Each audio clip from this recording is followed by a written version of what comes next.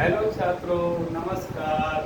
हम आशा करते हैं कि आप सभी खुशी पूर्वक होंगे और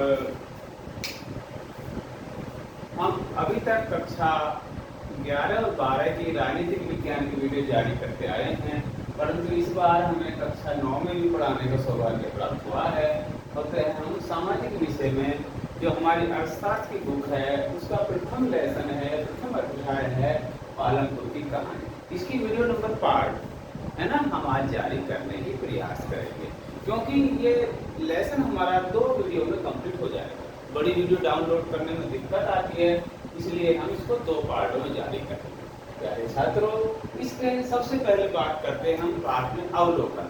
इस कहानी का उद्देश्य क्या है?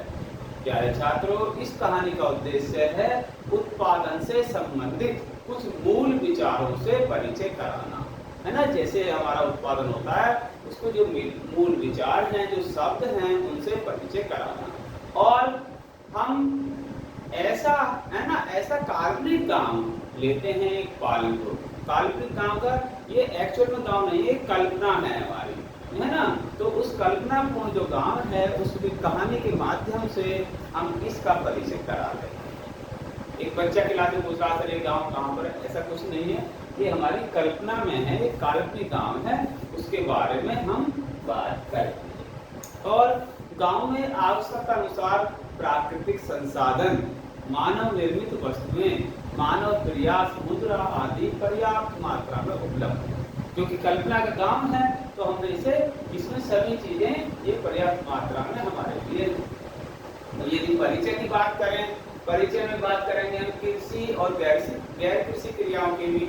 तो पालनपुर जो गांव है, इसके आसपास के गांवों और कस्बों में ये सड़कों द्वारा एक दूसरे से जुड़े हुए, अर्थात कई इन गांवों के बीच में सड़कें ठीक ठाक व्यवस्था में। और पास ही में एक बड़ा गांव है या कस्बा कह सकते हैं, इसका नाम है रायगंज। तो रायगंज को जाने वाली सड़कों से लगता है कि ये सड़कें वहाँ पर ठीक प्रकार से जुड़ी हुई हैं, यहाँ पर यातायात के साधन हैं, जिससे आवागमन आसानी से होता है ना। परिवहन की व्यवस्था के कारण यहाँ आना जाना आसानी से होता है। जैसे गांव से गुड़, अनाज, अन्य आवश्यक वस्तुएं शहर में ले जाकर बेचना और शहर से अपनी आवश्यकता की वस्तुएं खरीदकर गांव में लाना, इस प्रकार का जो हमारा प्रोग्राम है वो सड़कों के द्वारा होता है। गांव में विभिन्न जातियों के लगभग 450 गांव रहे, 450 परिवार रहे। 450 परिवारों का लगभग एक गांव है, जिसमें उच्च जातियों के जो लोग हैं उनके पास पक्के मकान हैं, जो ईंट, रोड़ी, बदरपुर, अन्य चीजों से बने हुए, सीमेंट से बने हुए मकान हैं। उनके पास संपत्ति है, खेती है। जबकि वहाँ पर गरीब या दलित जाति के जो लोग हैं उनके मकान कच्चे हैं, छप्पर फूस से बने हुए हैं ना, घास फूस से बने हुए उनके मकान हैं, छप्पर से बने हुए मकान हैं। और प्यारे छात्रों, उनके पास ना तो कृषि भूमि है और ना ही ज्यादा संपत्ति है, अर्थात थोड़ी वो संपत्ति है या कुछ कृषि नाम मात्र की कृषि है तो वो भी कम है। तो यहाँ पर गैर कृषि मजदूर भी हैं। गैर कृषि मजदूर उन मजदूरों को कहा जाता है जिनके पास अपनी खेती नहीं है और मजदूरी दूसरे के खेतों पर जाकर करते हैं। प्यारे छात्रों, इस गांव में 2 प्राथमिक विद्यालय, 2 प्राइमरी के स्कूल भी हैं और एक हाई स्कूल भी है, तथा यहाँ पर सरकारी व प्राइवेट चिकित्सालय भी उपलब्ध है, अर्थात सरकारी अस्पताल और निजी अस्पताल भी हैं, जहाँ पर लोग अपने स्वास्थ्य लाभ उठा सकते हैं। अतः प्यारे छात्रों, इस गांव के परिचय से यह स्पष्ट हो जाता है कि पालनपुर में सड़कों का, परिवहन के साधनों का, बिजली और सिंचाई का और विद्यालय और स्वास्थ्य केंद्रों की पर्याप्त विकसित है ना तंत्र है, या पर्याप्त विकसित है ना, पर्याप्त मात्रा में ये चीजें उपलब्ध हैं। अब हम बात करेंगे, है ना, अब आप यहाँ पर बात करेंगे कृषि क्रियाएं। कृषि क्रियाएं वो क्रियाएं हैं जो कृषि से संबंधित जो क्रियाकलाप हैं, है ना, खेती में काम करना, फसल की बुआई, कटाई, निराई आदि कार्य जो करते हैं वो कृषि क्रियाएं कहलाती हैं। इसके अलावा जो क्रियाएं हैं, जैसे दुकानदारी है, परिवहन है, या है ना अन्य कार्य हैं, फैक्ट्री में काम करना है, रास्ते बनाना है, या दूसरी जगह काम करना है, वो क्रियाएं हमारी गैर कृषि क्रियाएं कहलाती हैं। तो ये हमने जान लिया कृषि क्रियाएं और गैर कृषि क्रियाएं।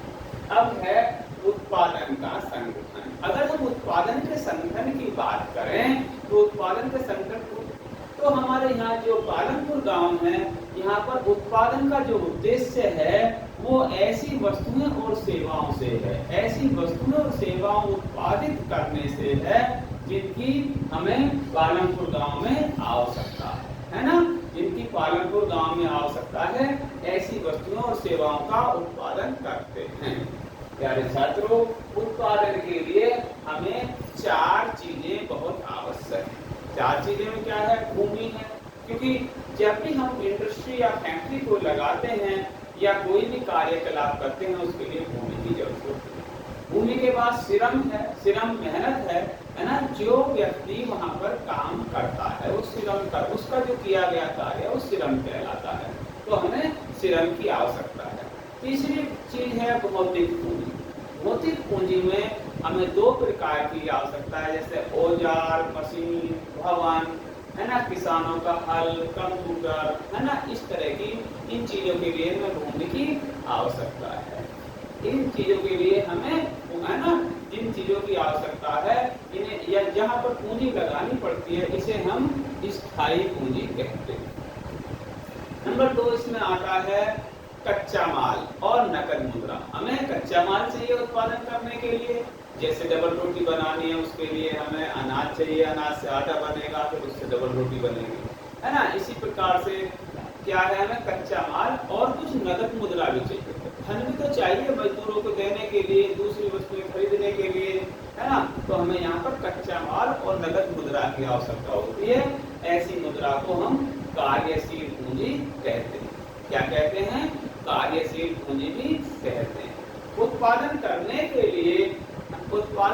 के लिए हमें भूमि, श्रम और भौतिक पूंजी को एक साथ करने योग्य बनाने के लिए क्या चाहिए? दिमाग चाहिए, ज्ञान चाहिए और उद्यम, है ना। उद्यम की आवश्यकता। उद्यम का मतलब है प्यारे बच्चों, कोई भी चीज उत्पादन करने की हमें हिम्मत, है ना। जैसे आजकल हमारी सरकारों द्वारा एंटरप्रेन्योरशिप माइंडसेट पर, है ना, करिकुलम चलाया जा रहा है ना, उद्यमी का विकास बढ़ाने के लिए, तो हमें यहाँ पर उद्यम की आवश्यकता पड़ेगी। आजकल इसे मानव पूंजी भी कहते हैं। उद्यम को हम आजकल मानव पूंजी भी कहते हैं। और उत्पादन भूमि, श्रम और पूंजी को संयोजित करके, है ना, संगठित होने को ही उत्पादन के कारक कहा जाता है। तो इस लेसन में जो ये शब्द आ रहे हैं, जैसे उत्पादन कारक है ना, कृषि क्रियाएं, गैर कृषि क्रियाएं, इन शब्दों से सिर्फ आपको एक कहानी के माध्यम से परिचय कराना है। अगर आप इस लेसन को ध्यान से सुनेंगे तो आप इन चीजों में काफी, है ना, हद तक इन शब्दों से परिचित हो जाएंगे। इस कहानी का उद्देश्य सिर्फ आपको इन शब्दों से परिचित कराना ही है। अब बात करते हैं पालनपुर में खेती। पालनपुर में खेती कैसी? पालनपुर या सभी गांवों की, अगर हम दूसरे गांव की बात करें, आप अपने गांव में भी देखेंगे तो भूमि कैसे स्थिर है, एक ही स्थान पर रहती है। भूमि चलायमान नहीं है, अर्थात भूमि को हम एक स्थान से दूसरे स्थान पर नहीं ले जा सकते हैं, ठीक है। और गांव के लोगों में 75% लोगों की जो जीविका का साधन है वो कृषि है। गांव के 75% लोग अपनी रोजी रोटी के लिए भूमि पर ही निर्भर हैं।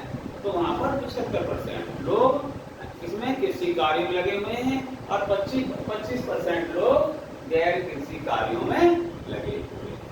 आप समझ गए होंगे, है ना। गांव के अधिकतर लोग कृषि कार्यों में और बहुत कम लोग दूसरे कार्यों में लगे हुए हैं। जिन किसानों के पास अपनी खेती नहीं है वो क्या करते हैं? दूसरे के खेतों पर काम करते हैं, या गैर कृषि क्रियाएं करते हैं या दूसरे के खेतों पर काम करते हैं, है ना।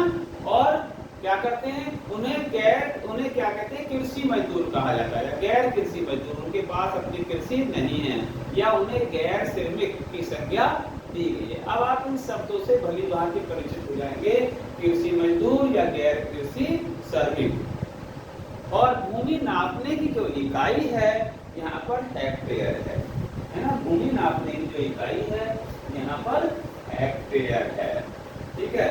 जैसे हम एक वर्ग ले लेते हैं, अगर हमारी 100 मीटर इसकी लंबाई है और 100 मीटर इसकी चौड़ाई है ना। इधर को 100 मीटर और इधर को भी 100 मीटर, ये भी 100 है हमारी और ये भी 100 मीटर है, तो ये क्या हो जाएगी, हमारी भूमि 1 हेक्टेयर हो जाएगी। इस प्रकार से भूमि नापने कई गुंठा के नाम से, कई बीघा के नाम से, है ना, अलग अलग स्थानों पर अलग अलग तरीके से भूमि की नाप है। तो इस प्रकार से हम यहाँ पर भूमि के नाप की बात करेंगे। यानी छात्रों, अगर थोड़ा आगे बढ़ते हैं, क्या जो हमारे पास पर्याप्त भूमि है, उपलब्ध भूमि है, क्या उस भूमि से अधिक पैदावार का कोई तरीका है ना। जो हमारे पास पर्याप्त भूमि है, सफिशिएंट भूमि है, उसी भूमि से क्या कोई अधिक पैदावार का तरीका है। प्यारे छात्रों, पालनपुर जो हमारा काल्पनिक गांव है, यहाँ की सारी भूमि पर अर्थात समस्त भूमि पर खेती की जाती है, अर्थात यहाँ पर जरा सी भी भूमि बेकार नहीं छोड़ी जाती है ना। कोई भी भूमि बेकार नहीं छोड़ी जाती। प्यारे छात्रों, बरसात के मौसम में जैसे अब चल रहा है, खरीफ में, है ना, खरीफ कहते हैं, खरीफ में किसान क्या करते हैं, ज्वार, बाजरा, मक्का आदि उगाते हैं। और इन पौधों के जो है ना अनाज के अलावा जो अन्य अवशेष होते हैं, उसे पशुओं के चारे के रूप में प्रयोग किया जाता है या उससे पशुओं के लिए चारा बनाया जाता है।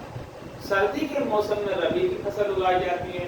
रबी की फसल में आलू, गेहूं, है ना, धान आदि उगाए जाते हैं, है ना, आदि उगाए जाते हैं। और यहाँ पर गन्ने की खेती भी की जाती है ना। गन्ने की खेती पूरे 1 वर्ष में, है ना, तैयार होती है। किसान लोग अपने उपयोग का सामान रख लेते हैं जो उन्हें पूरे वर्ष में उपयोग होना होता है। बाकी जो शेष सामान बचता है, जो उपज बचती है, जो पैदावार बचती है, उसको रायपुर की मंडी में जाकर बेच देते हैं और वहां से धन कमा लेते हैं। मैंने बताया कि यहाँ के लोग, है ना, गन्ने की खेती करते हैं, ईंट की खेती भी करते हैं। गन्ने को या तो व्यापारियों को ऐसे ही बेच दिया जाता है या गन्ने से गुड़, है ना, और अन्य पदार्थ बनाकर, जैसे खांडसारी पदार्थ, चीनी वगैरह बना करके उनको भी रायपुर की मंडी में बेचकर उससे धन प्राप्त कर लेते हैं। प्यारे छात्रों, रायपुर के किसान 3 फसल इसलिए पैदा कर पाते हैं क्योंकि यहाँ पर सिंचाई के अच्छे साधन मौजूद हैं। अगर सिंचाई के अच्छे साधन मौजूद नहीं होते तो रायपुर के किसान अच्छी पैदावार नहीं ले पाते। अतः हमारी कृषि में अच्छी उपज के लिए सिंचाई के साधनों का पर्याप्त मात्रा में उपलब्ध होना बहुत ही जरूरी है। आप ये समझ गए होंगे। इसके बाद हम बात करेंगे बहुविध फसल प्रणाली। बहुविध फसल प्रणाली, बहुविध फसल प्रणाली का क्या मतलब है? एक वर्ष में किसी भूमि पर एक से ज्यादा फसल पैदा करने को क्या कहते हैं? बहुविध फसल प्रणाली। क्योंकि मैं पहले ही बता चुका हूँ, हमें यहाँ पर जो शब्द हैं, शब्दों से अवगत होना है, शब्दों को समझना है ना। 9th में हमारा सिलेबस ज्यादा कठिन नहीं है, हमें सिर्फ शब्दों को जानना है। तो एक ही वर्ष में किसी एक भूमि पर एक से ज्यादा फसल पैदा करने को बहुविध फसल प्रणाली कहते हैं। ये बात आपकी समझ में आ गई होगी। इसके बाद बात करते हैं हम हरित क्रांति। अब हरित क्रांति का नाम सुना होगा, है ना, जीके में भी क्वेश्चन आ जाता है। आपके लिए बड़ा अच्छी चीजें हैं, इसको जानना। हरित क्रांति क्या है? प्यारे छात्रों, 1960 के दशक के अंत में, अर्थात 1968-69 के आसपास, है ना, 1960 के दशक के अंत में हरित क्रांति ने भारतीय किसानों को अधिक उपजाऊ, है ना, अधिक उपज पैदा करने के लिए HIV बीजों के द्वारा गेहूं और चावल की खेती के तरीके सिखाए। असल में समस्या क्या थी? पहले हमारे यहाँ खाद्यान्नों का उत्पादन कम होता था और हम विदेशों से खाद्य पदार्थ, गेहूं, चावल उधार मांगते थे, खरीदते थे, उनकी शर्तों को हमें मानना पड़ता था। तो हमारी सरकारों ने सोचा क्यों ना हम अधिक अन्न पैदा करें, है ना, अधिक खाद्यान्न पदार्थ पैदा करें। तो उन्होंने क्या किया, 1960 के दशक में हरित क्रांति ने भारतीय किसानों को अधिक उपजाऊ वाले बीज, है ना, HIB बीजों के द्वारा गेहूं और चावल की खेती करने के तरीके सिखाए। इसमें क्या था, पहले हम परंपरागत तरीके से परंपरागत बीजों से खेती कर रहे थे, तो परंपरागत बीजों से खेती करने की तुलना में, है ना, इन बीजों से क्या हुआ, एक ही पौधे से ज्यादा मात्रा में अनाज पैदा होने की आशा, एक ही पौधे से ज्यादा अनाज पैदा होने की आशा थी या संभावना थी, है ना। तो इसके लिए क्या किया हमने, ज्यादा अनाज पैदा करने की हमें आशा होगी या संभावना होगी, उसके लिए अधिक उपज पाने के लिए, है ना, यह इसी प्रकार यदि हमने इसका उपयोग किया तो इसी प्रकार से हम अधिक अनाज पैदा करना हमारे लिए संभव हो सका। प्यारे छात्रों, अब आप ये पूछ सकते हैं कि सबसे पहले HIB बीजों का उपयोग कहाँ किया है। सबसे पहले HIB बीजों का उपयोग भारत में पंजाब, हरियाणा, पश्चिमी उत्तर प्रदेश के किसानों ने किया। पंजाब, हरियाणा और पश्चिमी उत्तर प्रदेश के किसानों ने आधुनिक तरीके से सबसे पहले, है ना, सबसे पहले खेती करना शुरू किया। क्यों किया, क्योंकि इन क्षेत्रों में सिंचाई के पर्याप्त साधन उपलब्ध थे, क्योंकि इस तरह की खेती करने के लिए हमें अधिक जल की आवश्यकता होती है। तो अधिक जल की आवश्यकता के कारण ही, है ना, और यहाँ के किसान कृषि उपकरण भी खरीद सकते थे, और यहाँ पर सरकारों ने भी किसानों को ऋण उपलब्ध कराए ताकि वो महाजनों से अधिक, है ना, ब्याज पर ऋण ना लेकर के कम ब्याज दर पर ऋण लेकर कृषि कार्य करें। ठीक है, इसके लिए उन्होंने इन क्षेत्रों को चुना। तो यहाँ पर ये सुविधाएं दी गई और यहाँ पर फिर हमने अधिक अन्न पैदा किया। और प्यारे छात्रों, पहले जो भारत दूसरे देशों के आगे हाथ फैलाता था, उनसे खाद्यान्न मांगता था, आज भारत इस स्थिति में है कि उनको खाद्यान्न देता है। हरित क्रांति से हमें इतना लाभ हुआ। इसके बाद बात करते हैं मिश्रित खेती। अब ये मिश्रित खेती क्या है प्यारे बच्चों, है ना, इसे जान लेते हैं। मिश्रित, जैसा कि नाम है, मिला जुली खेती। यहाँ पर क्या काम करते हैं किसान, एक ही समय में एक से अधिक फसल उगा लेते हैं। जैसे हम बाजरा ऊपर उगता है और मूंगफली नीचे उगती है, बाजरे के साथ साथ मूंगफली, है ना, मक्की के साथ दूसरी कंगनी या और कई तरह की, हमारे यहाँ कंगनी बोलते हैं, और कई तरह की फसलें उगा लेते हैं, है ना। और ईख के गन्ने के साथ भी हम मक्का की खेती कर लेते हैं, अन्य खेती कर लेते हैं। मक्का, ईख के साथ मूंग है या अन्य खेती इस प्रकार से हम कर सकते हैं, है ना। तो इस प्रकार की खेती जो है हमारी मिश्रित खेती कहलाती है। मिश्रित खेती का मतलब है एक ही समय पर एक से अधिक उपज उगाना। क्लियर हो गया होगा। अब बात करते हैं, हम थोड़ा सा आगे चलते हैं। क्या भूमि आधुनिक कृषि विधियों को धारण कर पाएगी? आजकल जो है हम नई नई तकनीकी का प्रयोग कर रहे हैं, क्या हमारी भूमि उसके लिए पर्याप्त है, इनको झेल पाएगी या धारण कर पाएगी? प्यारे छात्रों, यहाँ पर बात करें हम,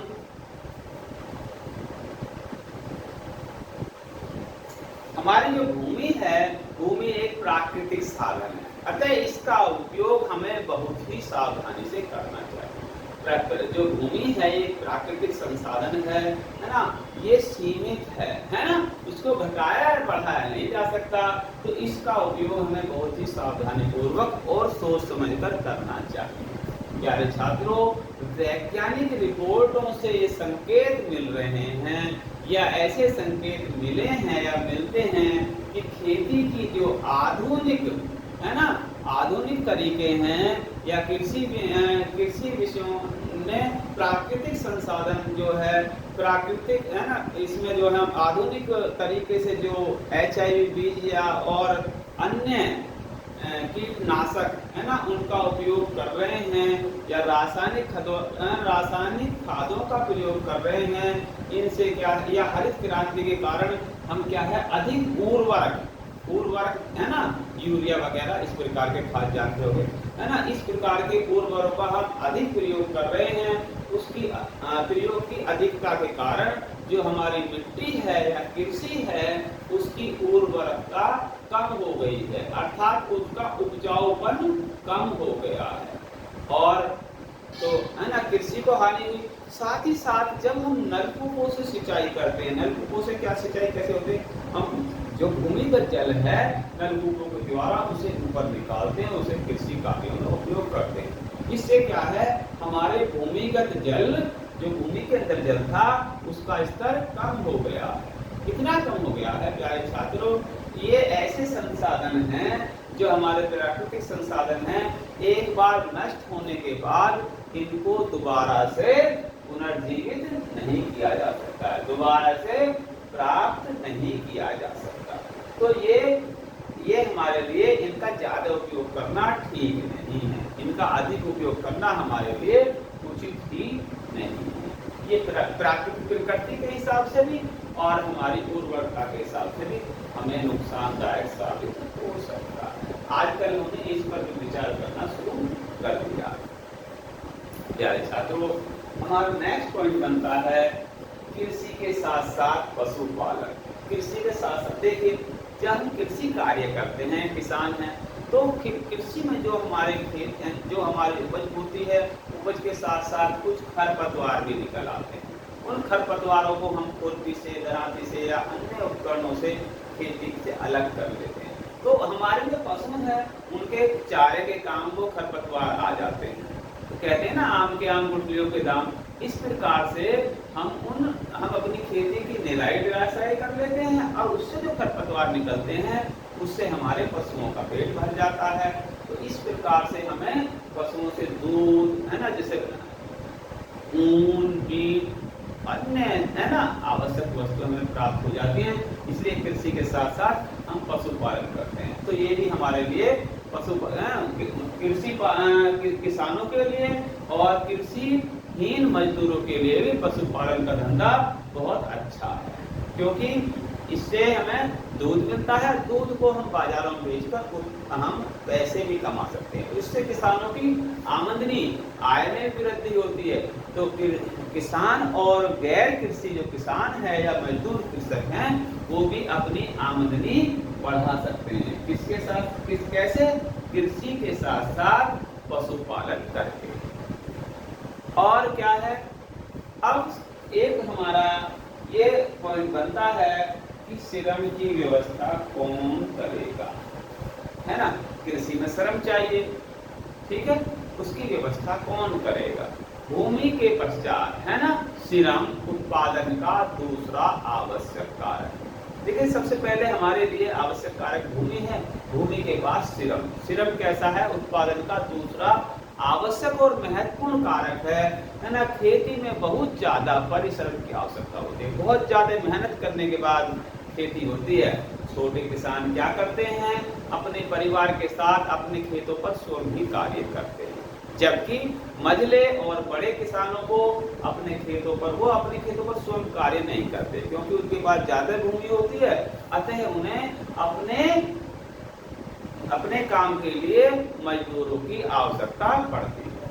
मजदूर काम पर लगाने पड़ते हैं और वो मजदूर उन्हें किराए पर लाने पड़ते हैं। तो उसको वहां पर श्रम की व्यवस्था उन किसानों को करनी पड़ती है जो स्वयं अपने खेतों पर काम नहीं कर सकते। प्यारे छात्रों, मैंने एक पॉइंट बनाया है गरीबी के कारण। गांव में गरीबी के कारण क्या है? साहूकारों से ऋण ले लेते हैं।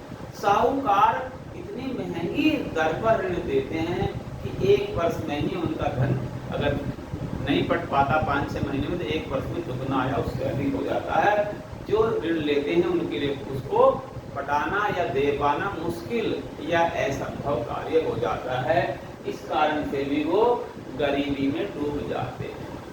तो छोटे किसान जिनके पास धन की पर्याप्त मात्रा नहीं है वो है ना गरीबी में डूब जाते हैं। इसके लिए एक पॉइंट और मैंने तलाशा है, पुरुष और स्त्री जो मजदूर हैं उनकी मजदूरी में अंतर है। हमारे यहाँ भारतीय समाज में पुरुषों को ज्यादा शक्तिशाली माना जाता है, तो पुरुषों को अधिक मजदूरी मिलती है और महिलाओं को कम मजदूरी मिलती है ना। और इस कारण से भी हमारे यहाँ गांव में गरीबी रहती है। प्यारे छात्रों, पूरे वर्ष किसान जो गैर कृषि मजदूर हैं, है ना, खेती पर काम करने वाले मजदूर हैं, उनको पूरे साल काम नहीं मिलता। जब खेतों की बुआई होती है, खेतों की कटाई होती है, तब ही काम मिलता है। तो साल में उन्हें कुछ ही दिन काम मिल पाता है। साल के पूरे 365 दिन उनको काम की उपलब्धता ना होने के कारण भी वो गरीबी में दबे, क्योंकि उनके पास बीच में तो खर्चा ही खर्चा होता है, आमदनी का साधन होता नहीं है गांव में। तो इस कारण से है ना मजदूरी करने के जा नहीं सकते। जब मजदूरी उपलब्ध ही नहीं है तो गरीबी की रेखा के नीचे जीते हैं। एक कारण और है मशीनीकरण। आजकल हमारे यहाँ कृषि कार्यों में मशीनों का उपयोग होने लगा, जैसे ट्रैक्टर, जुताई के लिए ट्रैक्टर हैं, कटाई के लिए हार्वेस्टर हैं तथा थ्रेसर जैसी मशीनें भारत में आ गई हैं। इससे श्रमिकों की मुश्किलें बढ़ गई। अब जिस काम को पहले 20 आदमी करते थे उस काम को एक आदमी करने लगा है। तो इस प्रकार से हमारे 19 आदमी बेरोजगार हो गए। तो मशीनों के कारण बेरोजगारी भी बढ़ी है और उससे गैर श्रमिक या गैर कृषि श्रमिकों की समस्याएं बढ़ गई हैं। उनके सामने रोजी रोटी या जीविका के जो साधन थे वो कम हो गए हैं। उन्हें जीवन यापन करने में कठिनाई का सामना करना पड़ता है। प्यारे छात्रों, इस गरीबी से है ना छोटे किसानों को कैसे उभारा जाए, तो सरकार ने गांव-गांव में बैंकों की शाखाएं खोली हैं और बैंकों से ऋण लेकर के हम अपने कृषि कार्यों के लिए, खेती के लिए यंत्रों को खरीद सकते हैं। ट्रैक्टर है, अन्य मशीनें हैं, रासायनिक खाद हैं या उर्वरक हैं या कीटनाशक पदार्थ हैं, इससे हम अपनी खेती को बचा सकते हैं और इस प्रकार से हम अपने गरीब होने से अपने आप को बचा सकते हैं। क्योंकि ये जो बैंक हैं ये कम रेट ऑफ इंटरेस्ट पर ऋण देते हैं, जिससे हमें बहुत आसानी हो गई। जो महाजन लोग है ना, साहूकार लोग गरीब आदमी का खून चूसने का काम करते थे, उससे बैंकों के आने से उनकी इस काम में कमी आई है। अब गरीबों के लिए भी ऋण लेना आसान हो गया है और अपने खेतों पर आसानी से कार्य करके अपने जीवन को उन्नत बना सकते हैं। तो प्यारे छात्रों, यहाँ पर हमने पालमपुर की कहानी के माध्यम से इन कुछ शब्दों को जाना। आप 2-3 बार इस वीडियो को देख लेंगे तो आपको काफ़ी जानकारी हो जाएगी। जब हम कक्षा में पढ़ाते हैं, कुछ छात्र जो उस समय एब्सेंट रहते हैं, अनुपस्थित रहते हैं, तो उनके लिए बहुत महत्वपूर्ण हो जाती है कि जो बच्चे उस दिन क्लास में नहीं आए, जिस दिन हमने पढ़ाया, तो वो घर पर भी पढ़ सकते हैं, और जो बच्चे किसी वजह से ध्यान नहीं दे पाए तो वो भी पढ़ सकते हैं। तो हमारी इस वीडियो को देखने के लिए आप हमारा चैनल है bright future bye Jagat Singh, उसे सब्सक्राइब कर देना, लाइक कर देना। बाकी दूसरी वीडियो में इसका पार्ट 2 लेकर हम जल्दी ही हाजिर होंगे। धन्यवाद।